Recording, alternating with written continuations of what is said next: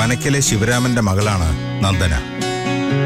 ഒരു വൈകുന്നേരം ഒറ്റയ്ക്ക് വീട്ടിലേക്ക് പോകുന്ന നന്ദനയെ ഹരിപ്രസാദ് പിന്തുടരുന്നു. ഈ വിവരം അച്ഛനോട് പറയുന്ന നന്ദന. ശിവരാമൻ ഹരിയോട് കാര്യങ്ങൾ ചോദിക്കുന്നു. രഘുവരൻ എന്ന ചെറുപ്പക്കാരൻ നന്ദനയെ പെണ്ണ് കാണാനെത്തുന്നു. നന്ദനയുടെ വളർത്തമ്മയായ സുമിത്ര തന്ത്രപൂർവ്വം സുമിത്രയുടെ സഹോദരനായ ശേഖരന്റെ മകൾക്ക് വേണ്ടി ആ വിവാഹം ആലോചിക്കുന്നു. മക്കളെ പല രീതിയിൽ കാണരുതെന്ന് ശിവരാമൻ സുമിത്രയോട് പറയുന്നു. വല്ലവളുമാരും പെറ്റിട്ട് പോയ പെണ്ണിനെ സ്നേഹിക്കേണ്ട ആവശ്യം എനിക്കില്ലെന്ന സുമിത്രയുടെ വാക്കിൽ ശിവരാമൻ ഞെട്ടുന്നു. നന്ദനയോട് തന്റെ മനസ്സിലുള്ള സ്നേഹത്തെപ്പറ്റി പറയുന്ന ഹരിപ്രസാദ്. ആ സ്നേഹത്തെ നിരസിക്കുന്ന നന്ദന. അച്ഛനുമായി ആലോചിച്ചാൽ വിവാഹം നടത്താമെന്ന നന്ദനയുടെ വാക്കിൽ ഹരിപ്രസാദിന് സന്തോഷം. വിവാഹാലോചനയുമായി പനക്കിൽ വീട്ടിലെത്തുന്ന ഹരിയുടെ അച്ഛനും അമ്മാവനും. നന്ദനയുടെ വിവാഹം എങ്ങനെ മുടക്കാനുള്ള സുമിത്രയുടെ ശ്രമം. നന്ദനയുടെ വിവാഹ ഒരുക്കങ്ങൾ നടക്കുന്നു. നന്ദനയുടെ വിവാഹം മുടക്കാനുള്ള തന്ത്രങ്ങൾ ശേഖരൻ സുമിത്രയ്ക്ക് പറഞ്ഞു കൊടുക്കുന്നു. അച്ഛനും അമ്മയ്ക്കും ദക്ഷിണ കൊടുത്ത് വിവാഹവേദിയിലേക്ക് നന്ദന. വിവാഹവേദിയിൽ നന്ദനയും ഹരിപ്രസാദും കുടുംബക്കാരും. താലി കെട്ടാനൊരുങ്ങുന്ന ഹരിപ്രസാദ്. വിവാഹം മുടക്കുന്ന ഹരിപ്രസാദിന്റെ അമ്മാവൻ അച്യുതൻ. സുമിത്ര ഒരുക്കിയ കെണിയിൽ നന്ദനയുടെയും ഹരിപ്രസാദിന്റെയും കല്യാണം മുടങ്ങുന്നു. സുമിത്ര തന്റെ അമ്മയല്ലെന്നുള്ള സത്യം നന്ദന തിരിച്ചറിയുന്നു. ആത്മഹത്യക്ക് ശ്രമിച്ച നന്ദനയുടെ അവസ്ഥ കണ്ട് ഹൃദയം പൊട്ടുന്ന അച്ഛൻ. നന്ദനയും ശിവരാമനെയും ഹോസ്പിറ്റലിൽ അഡ്മിറ്റ് ചെയ്യുന്നു. അവസരം മുതലെടുത്ത് ശിവരാമനെ എന്നേക്കുമായി ഇല്ലാതാക്കുന്ന സുമിത്ര. ശിവരാമന്റെ മരണത്തോടെ ഒറ്റപ്പെട്ടു പോകുന്ന നന്ദന. നന്ദനയെ പനക്കൽ വീട്ടിൽ നിന്നും രക്ഷപ്പെടുത്താൻ ഹരിപ്രസാദ് നന്ദനയുടെ അമ്മ വീട്ടുകാരെക്കുറിച്ച് ഒരു അന്വേഷണം നടത്തുന്നു. നന്ദനയുടെ അമ്മ വീടായ ഉദിയന്നൂർ കോവിലകത്തെത്തുന്ന ഹരിപ്രസാദ്. നന്ദനയെ പറ്റിയുള്ള എല്ലാ വിവരങ്ങളും നന്ദനയുടെ കുഞ്ഞമ്മയായ സേതുലക്ഷ്മിയോട് പറയുന്ന ഹരിപ്രസാദ്. നന്ദനയെ അന്വേഷിച്ച് പനക്കൽ വീട്ടിലെത്തുന്ന സേതുലക്ഷ്മി. ഉദിയന്നൂർ കോവിലകത്തേക്ക് നന്ദനയെ കൊണ്ടുവരുന്നതിൽ ശക്തമായ എതിർപ്പുമായി പ്രതാപവർമ്മ. ആര് നിഷേധിച്ചാലും നന്ദനയെ കൊണ്ടുവരുമെന്ന് ഭാഗീരഥി അമ്മ. പനക്കൽ വീട്ടിലെത്തുന്ന ഭാഗീരഥി അമ്മയും സേതുലക്ഷ്മിയും. നന്ദനയെ ഇവിടെ നിന്ന് കൊണ്ടുപോകാൻ പറ്റില്ലെന്ന് സുമിത്ര. എല്ലാ എതിർപ്പുകളെയും അവഗണിച്ച് നന്ദനയെ പനക്കൽ വീട്ടിൽ നിന്നും കൊണ്ടുപോകുന്ന സേതുലക്ഷ്മിയും ഭാഗീരഥി അമ്മയും. ഹരിപ്രസാദിനോട് യാത്ര പറഞ്ഞ് നന്ദന ഉദിയന്നൂർ കോവിലകത്തേക്ക്. തന്റെ പെറ്റമ്മയെ ആദ്യമായി കാണുന്ന നന്ദന. നന്ദനയെ കൊല്ലാനുള്ള പ്രതാപവർമ്മയുടെ ശ്രമം.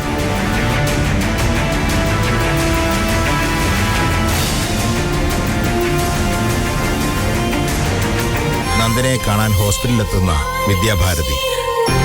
അമ്മയുടെ സ്നേഹം തിരിച്ചറിയുന്ന നന്ദന. സേതുലക്ഷ്മിയുടെ ആകസ്മിക മരണവും മുത്തശ്ശിയുടെ വീഴ്ചയും. ഉദിയന്നൂരിൽ നന്ദന വീണ്ടും ഒറ്റപ്പെടുന്നു. ഹരിപ്രസാദും നന്ദനയും രജിസ്റ്റർ മാരേജ് നടത്താൻ തീരുമാനിക്കുന്നു.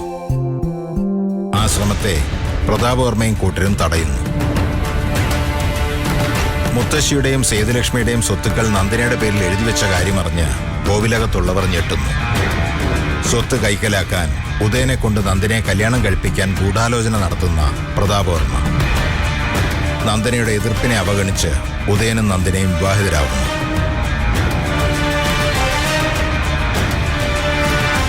നന്ദനയും ഉദയനും തമ്മിലുള്ള ജീവിതം ഒരു നാടകമായി തുടരുന്നു. മകന്റെ ദാമ്പത്യം ശരിയായ ദിശയിലല്ലെന്ന് കണ്ട് വസുന്ധര വീട് വിട്ടു പോകുന്നു. ഉദയനെ അച്ഛ എന്ന് വിളിച്ച് ഒരു പെൺകുട്ടി നന്ദനയുടെ ഓഫീസിലെത്തുന്നു. ആ കുട്ടിയും ഉദയനും തമ്മിലുള്ള ബന്ധം നന്ദനയിൽ ഒരു ചോദ്യചിഹ്നമാവുന്നു. ഹരിപ്രസാദും നന്ദനയും ചേർന്ന് കാർത്തിയായനി എന്ന ആ കുട്ടിയുടെ വീട് കണ്ടുപിടിച്ച് സത്യത്തിന്റെ പൊരുൾ മനസ്സിലാക്കുന്നു.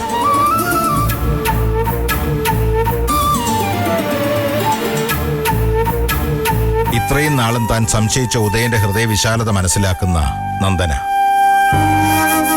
ഉദയനും നന്ദനയും കഴിഞ്ഞ കാലങ്ങളെല്ലാം മറന്ന് ഒന്നാവുന്നു.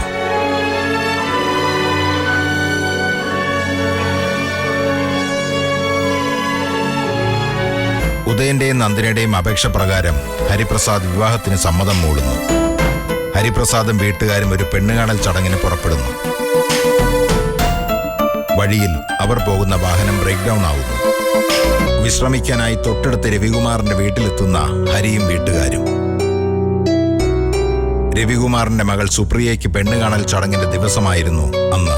ഹരിപ്രസാദും വീട്ടുകാരും അവരാണെന്ന് തെറ്റിദ്ധരിച്ച് രവികുമാറിന്റെ മകൾ സുപ്രിയ ഹരിക്ക് ചായയുമായി എത്തുന്നു. രവികുമാറും ജലജയും മകൾ സുപ്രിയയെ ഹരിയെ കൊണ്ട് വിവാഹം കഴിപ്പിക്കാൻ തീരുമാനിക്കുന്നു. ഹരിയുടെ വീട്ടുകാർ സമ്മതം മൂളുന്നു. ഹരിയുടെയും സുപ്രിയയുടെയും വിവാഹം നടക്കുന്നു.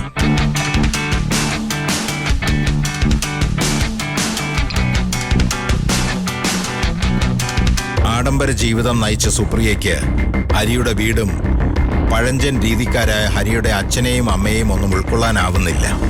ഓർക്കാപ്പുറത്തുള്ള സുപ്രിയയുടെയും ഹരിയുടെയും വരവിൽ സംശയവുമായി രവികുമാറും ജലജയും. ഒരു കാരണവശാലും താൻ ഹരിയുടെ വീട്ടിലേക്ക് തിരിച്ചു പോവില്ലെന്ന സുപ്രിയയുടെ വാക്കിൽ രവികുമാറും ജലജയും ഞെട്ടുന്നു. CI സജികുമാർ ഉദയനോട് തന്നെ എത്രയും പെട്ടെന്ന് വന്ന് കാണാൻ ആവശ്യപ്പെടുന്നു. ഇനി തുടർന്ന് കാണുക. ഇന്നലെ കലക്ടറുടെ ചേംബറിൽ സ്പെഷ്യൽ മീറ്റിംഗ് കഴിഞ്ഞപ്പോൾ രാത്രി 11:30. ഇടയ്ക്ക് സ്കൂട്ടാകാൻ പറ്റില്ലായിരുന്നു. Sorry Udayan. It's all right. പോലീസിന്റെ ഡ്യൂട്ടിയുടെ സ്വഭാവമൊക്കെ മനസ്സിലാക്കാനുള്ള കോമൺ സെൻസ് ഒക്കെ എനിക്കുണ്ട്. എന്നാലും ഞാൻ നാട്ടിൽ നിന്ന് ഉദയനെ വയനാട്ടിലേക്ക് വിളിച്ചു വരുത്തിയിട്ട്. സാരമില്ലെന്നേ, നല്ല റൂമാ കിട്ടിയത്. ഫുഡും ഓക്കെ ആയിരുന്നു. തന്റെ കെയർ ഓഫ് ആയതുകൊണ്ട് ഹോട്ടലുകാർ എന്നോട് പണം വാങ്ങിയില്ല. അതേ ഉള്ളൂ പ്രശ്നം. ഉദയൻ എന്റെ ഗസ്റ്റ് ആണല്ലോ. ബില്ല് സെറ്റിൽ ചെയ്യുന്ന എന്റെ അവകാശമാണ്. ഓ, തർക്കിക്കുന്നില്ല. അതൊക്കെ അവിടെ നിൽക്കട്ടെ. എന്നെ അർജന്റായി ഇങ്ങോട്ട് വിളിച്ചതെന്തിനാണെന്ന് പറ. നന്ദനയും കൂടി വരേണ്ടതായിരുന്നു. കല്യാണത്തിന്റെ വിഷയം പറഞ്ഞുകൊണ്ടാ ഞാൻ നിർബന്ധിക്കാതിരുന്നത്. അതുകൊണ്ടൊന്നും ഫലമില്ല. ഒറ്റയ്ക്ക് കല്യാണം അറ്റൻഡ് ചെയ്യേണ്ടെന്ന് അയാൾ തീരുമാനിച്ചു. ആണോ? എങ്കിൽ നന്ദനയും വരേണ്ടതായിരുന്നു. വിഷയം എന്താണെന്ന് പറയൂ. സജി,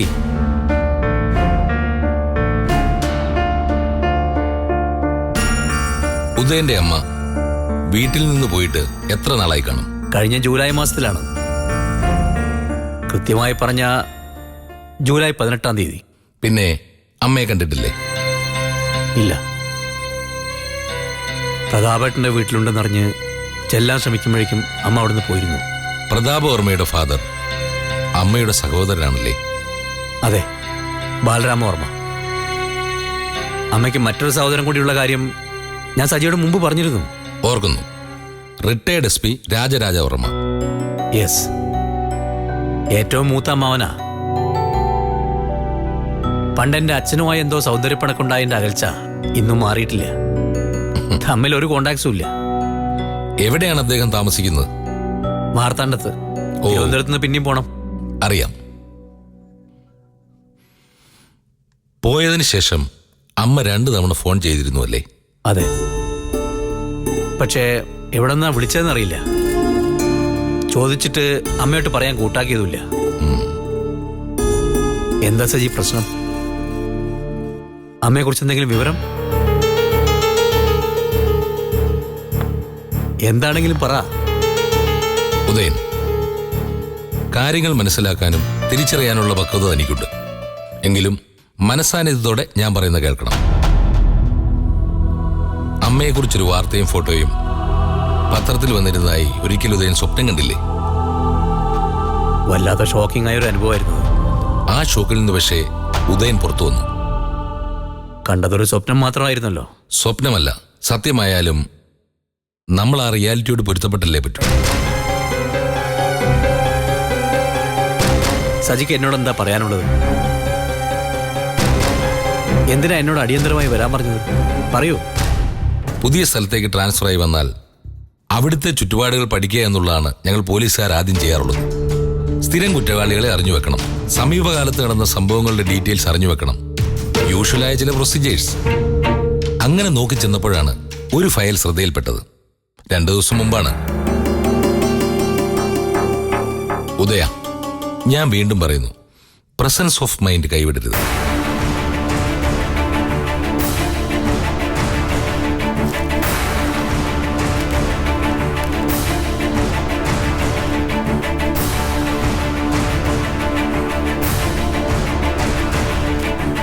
ഉദയൻ നോക്ക്.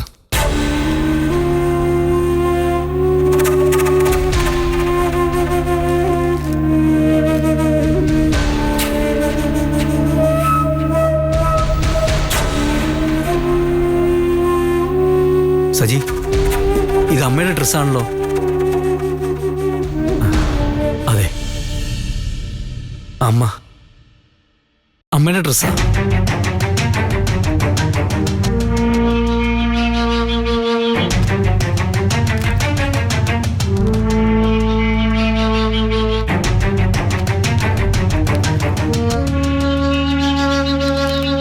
എന്താ അത്?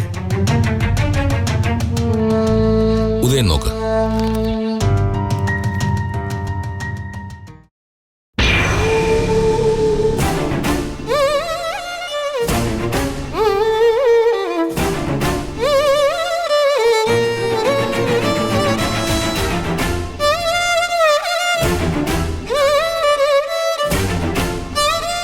ഉദയൻ,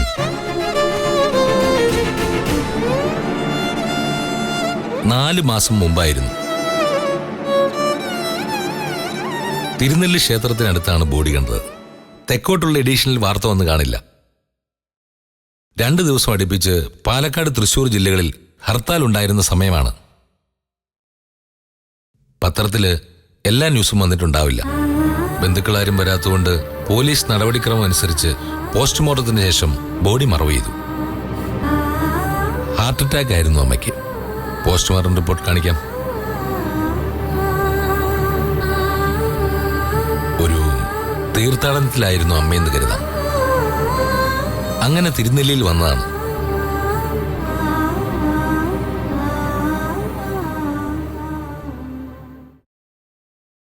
ഉദയ, എന്തെങ്കിലും ഒന്ന് പറ. ഉദയൻ, ഉദയ.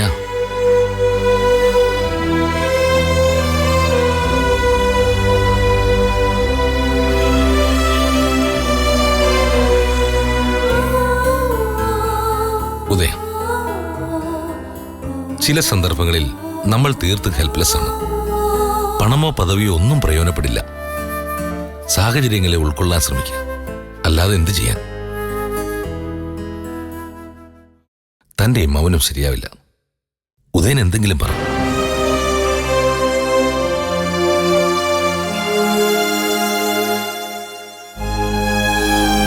എന്താണ് ഞാൻ പറയേണ്ടത് സജി? അവസാനമായി അമ്മയുടെ മുഖം ഒന്ന് കാണാൻ പോലും കഴിഞ്ഞില്ല. കുന്നത്തൂർ കോവിലകത്തിന്റെ എല്ലാമായി ജീവിച്ചിട്ട് ഒടുവിൽ എവിടെയോ ആരും അടുത്തില്ലാതെ അനാഥയെ പോലെ. ഉദയ, ഞാൻ നാട്ടിലേക്ക് മടങ്ങാം. അമ്മാവനുമായി ആലോചിച്ച് മരണശേഷം ചെയ്യേണ്ടിരുന്ന കർമ്മങ്ങൾ ചെയ്യണം. ഒന്നിനൊരു മുടക്കം വരാൻ പാടില്ല. പ്രായശ്ചിത്തോ പൂജയോ എന്തു ആയിക്കോട്ടെ. നാളെ കഴിഞ്ഞ് ഞാനും നാട്ടിലേക്കുണ്ട്. ഞാൻ പുറപ്പെടുക. ബലിയിടാനും വൈകൂടാ.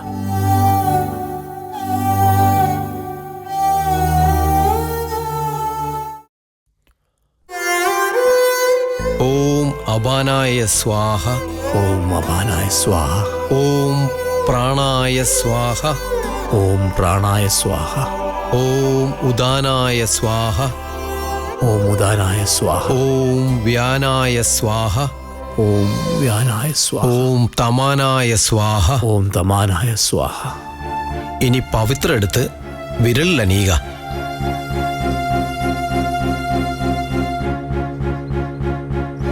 ഇനി അമ്മയെ മനസ്സിൽ നന്നായി ധ്യാനിച്ച് എള്ളും പൂവും സമർപ്പിക്കുക. ജലം നനച്ചിട്ട് സമർപ്പിക്കുക.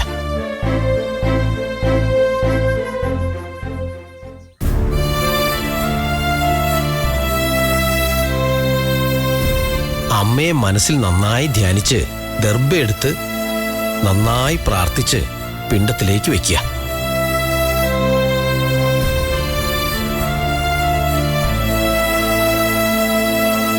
ജലം നനച്ചിട്ട് സമർപ്പിക്കുക.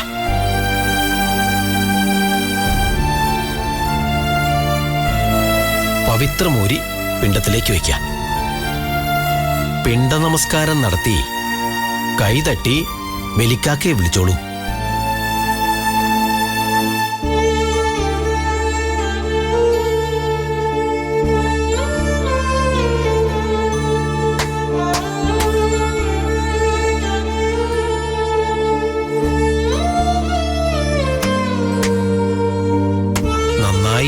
ധ്യാനിച്ച് പിണ്ടമെടുത്തോളൂ.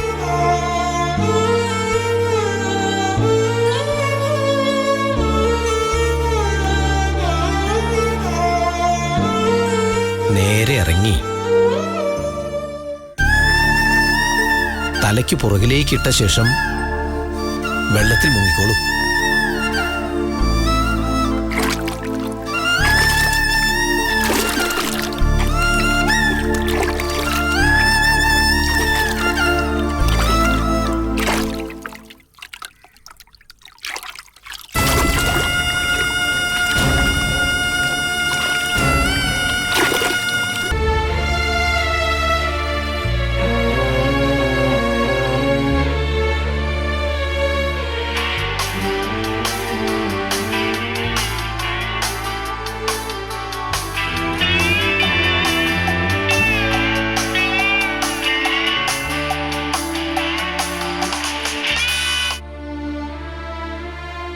ഹലോ,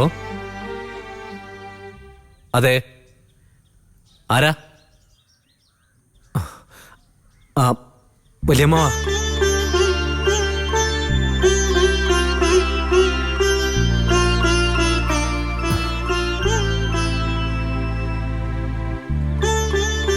ശരി, അതെ. ആ,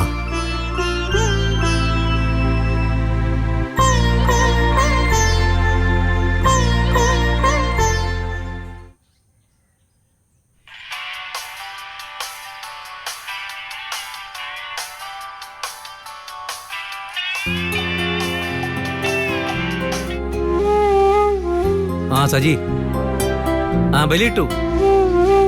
ഞാൻ കടവിൽ നിൽക്കുന്നേ ഉള്ളൂ. ആ, വയനാട്ടിൽ നിന്ന് പുറപ്പെട്ടോ? ആ, പിന്നൊരു വിശേഷമുണ്ട്. ഓർക്കാപ്പുറത്ത് ഒരു അതിഥി വരുന്നു. അമ്മയുടെ ഏറ്റവും മൂത്ത സഹോദരൻ.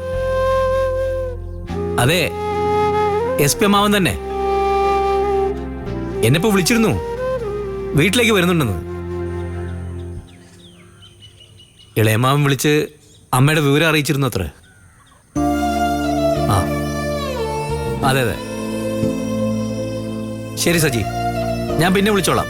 ശരി.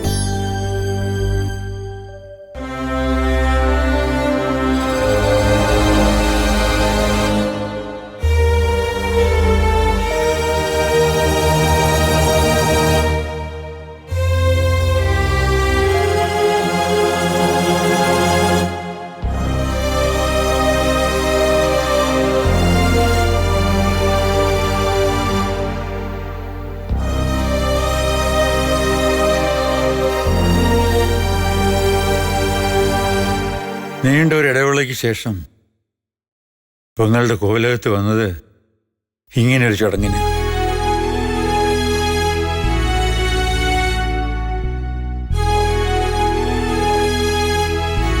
ഇനി എന്തൊക്കെയാണ് കർമ്മങ്ങൾ ബാക്കിയുള്ളത് ബാലരാമ? തിരുവല്ലത്ത് പരശുരാമ ക്ഷേത്രത്തിൽ പോകണം. തിലഹോമം ഉൾപ്പെടെയുള്ള കർമ്മങ്ങൾ ചെയ്യണം. പിന്നെ ആണ്ടുബലി മതി. ഇതിനൊക്കെ സമയം ഉണ്ടാവുമോ തനിക്ക്?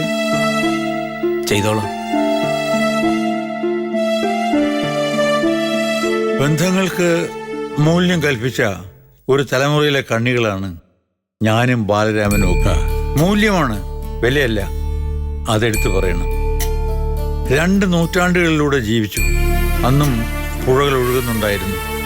ചർമ്മശുദ്ധിയും ചിത്തശുദ്ധിയും പകർന്നു തന്ന ആ പുഴകളുടെ സ്ഥാനത്ത് ഇന്ന് ദുർബലമായ നീർച്ചാലുകളാണ്. പരിശുദ്ധി മാലിന്യത്തിന് വഴിമാറി. മനുഷ്യബന്ധങ്ങളുണ്ടായതും അതേ ഇടർച്ചയാണ്. ബന്ധങ്ങൾക്ക് അർത്ഥം കൽപ്പിക്കുന്ന കൂട്ടത്തിലാണ് ഉദയനും. എന്നിട്ടാണോ വസുന്ധര ഈ വീട്ടിൽ നിന്ന് ഇറങ്ങിപ്പോയത്? അതിന്റെ പിന്നിൽ ഒരു വാശിയുണ്ടായിരുന്നു. അമ്മ വാശി കാണിച്ചാൽ കൈകെട്ടി നോക്കി നിൽക്കുക അല്ല മക്കൾ ചെയ്യേണ്ടത്. അതിന് പരിഹാരം കാണണം.